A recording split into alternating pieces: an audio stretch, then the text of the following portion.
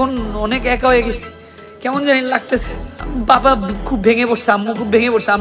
কাঠগড়া আফ্রিদির বাবা নাসিরউদ্দিন সাথীকে দেখে কাঁদছেন। আফ্রিদির মা স্বামীকে এই অবস্থায় দেখে তিনি অঝরে কাঁদতে থাকেন। প্রশাসনটা এত পরিমাণের বাজে, এত পরিমাণের খারাপ, এই বিষয়ে আমার আর কিছু বলার নেই ভাই। বললেন আওয়ামী লীগ নেতাকর্মীদের হুমকি ধামকিতে লাইভ এসে কাঁদছেন তিনি। বছর পর কিভাবে এত সাহস পাচ্ছে আওয়ামী লীগ? এখন 1 বছর পরে আইসা এই আওয়ামী লীগ সাহস হয় কিভাবে? আজকে ওরা আমার আব্বুকে ধরছে, ওরা হচ্ছে আমার আব্বুকে জিজ্ঞাসাবাদ করছে, অনেক কিছু বলছে। আমার আব্বু মানে অনেক ছেড় দিতেছে। তারিমা বলেন আওয়ামী লীগের নেতাকর্মীরা তার বাবাকে হুমকি দিয়েছে তাদের পুরো পরিবারকে নিঃশেষ করে দেয়ার।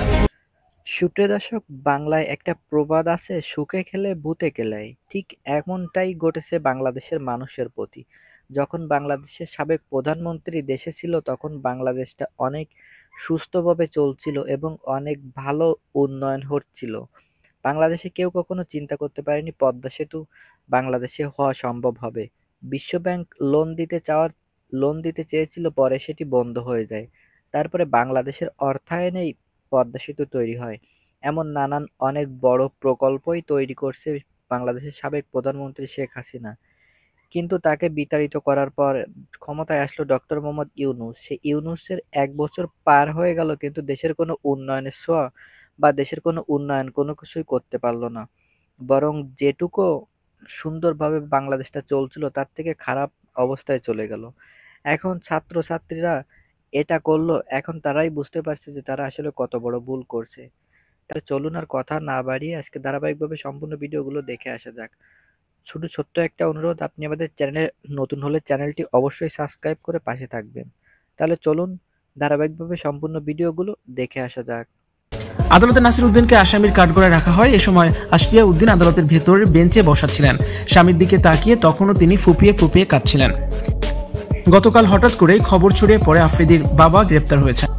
এতদিন গ্রেপ্তারের কোনো ভয় করেননি আফ্রিদির পরিবার। উপর মহলের সাথে সখ্যতা ছিল, তাই ভেবেছেন ধরাছোঁয়ার বাইরে থাকবেন তারা। তবে বিদেশ থেকে প্রশাসনের উপর চাপ প্রয়োগ করা হয়েছে। আফ্রিদি ও তার বাবা এখনো কিভাবে বাইরে ঘুরে বেড়ায়। অবশেষে অভিযান চালিয়ে গুলশান থেকে আফ্রিদির বাবাকে গ্রেপ্তার করেছে ডিবি পুলিশ। এতে যেন আকাশ ভেঙে পড়েছে আফ্রিদির পরিবারের সদস্যদের উপরে। তৎকালীন সময়ে ডিবি হারুনের সাথে দারুণ সখ্যতা ছিল আফ্রিদির পরিবার। তবে দিন পাল্টে গেছে, এখন নিরুপায় আফ্রিদির পুরো পরিবার। আফ্রিদির মা হতাশ হয়ে পড়েছেন, বুঝতে পারছেন না কি করবেন, কোথায় যাবেন। তবে আফ্রিদির মা তার দেবরকে নিয়ে থানায় এসেছিলেন। অনেক রাত পর্যন্ত পুলিশ স্টেশনে ছিলেন তিনি। কথা বলেছেন কিভাবে জামিন করানো যায়। তাতে কোনো লাভ হয়নি। সারা রাত নির্ঘুম কেটেছে আফ্রিদির মা আশফিয়া উদ্দিনের।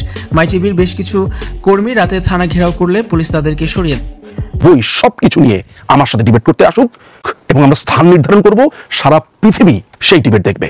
যদি এক বাপের এক মায়ের ছেলে হয়ে থাকে তাহলে পিনাকি আমার এই চ্যালেঞ্জ গ্রহণ কর। এখন বন্ধু হচ্ছে পিনাকি ভট্টাচার্য। পিনাকি ভট্টাচার্য গতকালকে ফেসবুকে একটা পোস্ট লেখে এবং আমাদেরকে জানানোর চেষ্টা করে যে মুক্তিযুদ্ধে নাকি পাকিস্তানিরা বাংলাদেশের মাত্র 2000 মানুষকে মেরেছে, 2000 মানুষকে মাত্র হত্যা করেছে। এটা হচ্ছে পিনাকির দাবি এবং এই দাবি করতে গিয়ে সে কিছু নথিপত্র হাজির করছে, বলছে এগুলো নাকি বঙ্গবন্ধুর সরকারই নাকি এগুলো পাবলিশ করে। আপনারা নিশ্চিতভাবে, আমি নিশ্চিত এটা শোনার পরে আপনাদেরও মেজাজ খারাপ হয়েছে, আপনারা নানান রকমের রিয়াক্ট করছেন। সেসব রিয়াকশনে আমি যাব না। আপনাদেরকে একটা তথ্য আমি দিতে চাই, সেটা হচ্ছে 2013 সালের 14 সেপ্টেম্বরে রাত 8টা 58 পিনাকি ভট্টাচার্য একটা লেখা লেখেন সামওয়্যার ইন ব্লগে। এটি 2013-তে লেখে। সেখানে সে লেখে মুক্তিযুদ্ধের শহীদ 3 লক্ষ নাকি 3 মিলিয়ন এরকম শীর্ষক একটা নিবন্ধ লেখে এবং সে সেখানে প্রমাণ করার চেষ্টা করে যে মুক্তিযুদ্ধের শহীদের সংখ্যা 30 লক্ষ এবং রাজাকাররা এই সংখ্যাকে কমিয়ে মুক্তিযুদ্ধের গুরুত্ব কমাতে চায়। আমি তার সেই লেখা থেকে একটু আপনাদেরকে পাঠ করে শোনাবো। পিনাকি সে 14 সেপ্টেম্বর 2013-তে লিখেছে, জামাতের পক্ষ থেকে একটা বিতর্ক চালু করা হয়েছে মুক্তিযুদ্ধের শহীদের সংখ্যা নিয়ে। এর ফলে তাদের অপরাধ লঘু করে দেখানোর একটা প্রচেষ্টা মাত্র। আবার সংখ্যায় অল্প হলেও কেউ কেউ দুম করে মুক্তিযুদ্ধের শহীদের তালিকা চেয়ে বসেন। একটা গণযুদ্ধে শহীদের নামের তালিকা করা হয় কিনা সে বিষয়ে অসম্পূর্ণ ধারণা থাকার কারণে খুব সুকৌশলে তারাই তালিকা তত্ত্ব হাজির করেন। পৃথিবীতে যত যুদ্ধ হয়েছে সেই যুদ্ধগুলোর কোনোটিতেই বেসামরিক মৃত্যুর কোনো নাম ধরে তালিকা নেই। এমন তালিকা এখনো করা হয় না, কারণ এটা করা সম্ভব না। যুদ্ধ একটা অস্বাভাবিক অবস্থা, এটা রোড ট্রাফিক অ্যাক্সিডেন্ট নয়।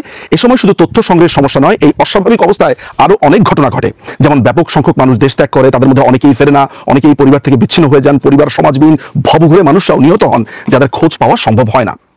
এছাড়াও আছে যুদ্ধের কারণে পরোক্ষ মৃত্যু, যারা হত্যা করে তারাও অপরাধ ঢাকার জন্য মৃতদেহ লুকিয়ে ফেলে। এসব কারণে এই যুদ্ধে নিহতের পরিসংখ্যান সবসময় একটা সংখ্যা, একটা নাম সহ পূর্ণাঙ্গ তালিকা নয়। এটাই পৃথিবীব্যাপী গৃহীত নিয়ম। যারা মুক্তিযুদ্ধের শহীদদের তালিকা চায় তাদের যে কোনো একটা গণযুদ্ধের বেসামরিক নিহত নাগরিকদের তালিকা দেখাতে বলুন।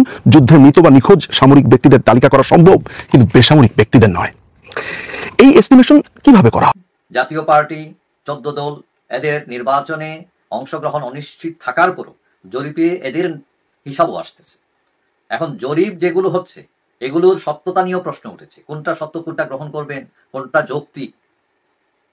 এখন এই যে জরিপ হচ্ছে, যেমন অক্টোবরে একটা জরিপ হয়েছে ব্রাক ইউনিভার্সিটির BIGD যারা করেছে সেটা, তারা বলছিল জরিপে মাত্র 16% মানুষ বিএনপিকে সমর্থন করে, এবং সেখানে বলা হয়েছিল 38% মানুষ কোনো দলকেই সমর্থন করে না। তো এখন আমার প্রশ্ন হচ্ছে যে 5 আগস্টের পর এই যে বিএনপির এত জনপ্রিয়তা, সেখানে মাত্র 16% মানুষ বিএনপিকে সমর্থন করছে, এটা বিশ্বাসযোগ্য কিনা? এখন জুলাই 2025 এসে দেখা গেল যে বিএনপির সাপোর্ট 16% থেকে কমে চলে আসছে 12%, মানে আরো কমেছে। কিন্তু আশ্চর্যের ব্যাপার হচ্ছে, আগে বলছিল 38% লোক কোনো দলকেই সমর্থন করে না, এখন 49% লোক বলছে কোনো দলকেই সমর্থন করে, মানে এইটা আরো বেড়ে গেছে। তো এখন এই যে উত্থান পতন, কমে যাচ্ছে জনপ্রিয়তা দলগুলোর, কমে যাচ্ছে, এগুলো কেন? এগুলো বিশ্বাসযোগ্য কিনা? এখন বিএনপি 2008 নির্বাচনে 32% ভোট পেয়েছিল, এখন 2025 এসে যদি সেটা 12%-এ আসে, তাহলে এটা সত্য কিনা? আচ্ছা, মানলাম তারা চাঁদাবাজি, দখলবাজি এইসব করছে, কিন্তু করার কারণে এত কমে যাবে 32 থেকে 12?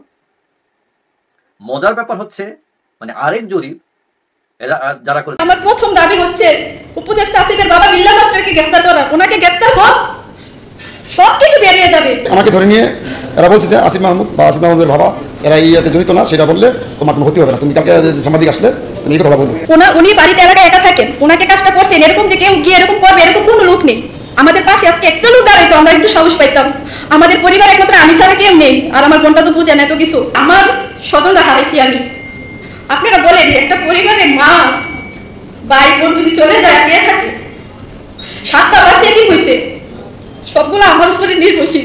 আমি কার জন্য কান্না করবো বলেন? মার জন্য না, ভাইয়ের জন্য না, বোনের জন্য? আমি বাসায় বসে পাই না আমার এই ঘটনাটা মনে হইলে। আমি ওদিক সাংবাদিক সম্মেলনে বলেছিলাম, আমার বাবাকে ধরে নিয়ে জোর করে বিলের মাঝখানে পর্যন্ত ভিডিও করেছে। আমি কিন্তু জানি, আমি বুঝতে পারছি এরকম একটা কিছু হবে, এটাই হয়েছে। এখন কি আমাকে তন্ন তন্ন করে খুঁজতেছে? এখন পর্যন্ত আমরা হুমকির মধ্যে আছি, আমাদের কোনো নিরাপত্তা নেই, কোনো নিরাপত্তা দিচ্ছে না প্রশাসন। আমি আমার ছোট বোন 2.5 ঘন্টা পুলিশের সহযোগিতা চেয়েছি, তিরিপুর লাইনে ফোন দিয়েছি, কোনো সহযোগিতা পাইনি। বাঙ্গালা থানা থেকে পরিবারে আসতে সর্বোচ্চ একদম যদি জামজটও থাকে 15 মিনিট সময় লাগে। সেই জায়গার মধ্যে 6টার পর ঘটনা শুরু, তারা 9টার দিকে পুলিশ আসে। এখানে আর কোনো কিছু বলতে হবে আমার মনে হয় না।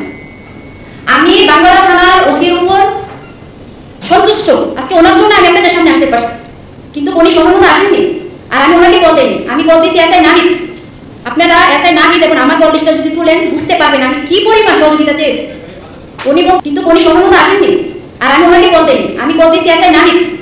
আপনারা SI নাহিদ এবং আমার কল লিস্টটা যদি তুলেন বুঝতে পারবেন আমি কি পরিমাণ সহযোগিতা চেয়েছি। উনি বলতেছেন আসতেছি, 5 মিনিট একটু ওয়েট করেন। আপনারা কোনো রকমে বাঁচেন, এটা কি কোনো কথা একটা ডিপার্টমেন্টে?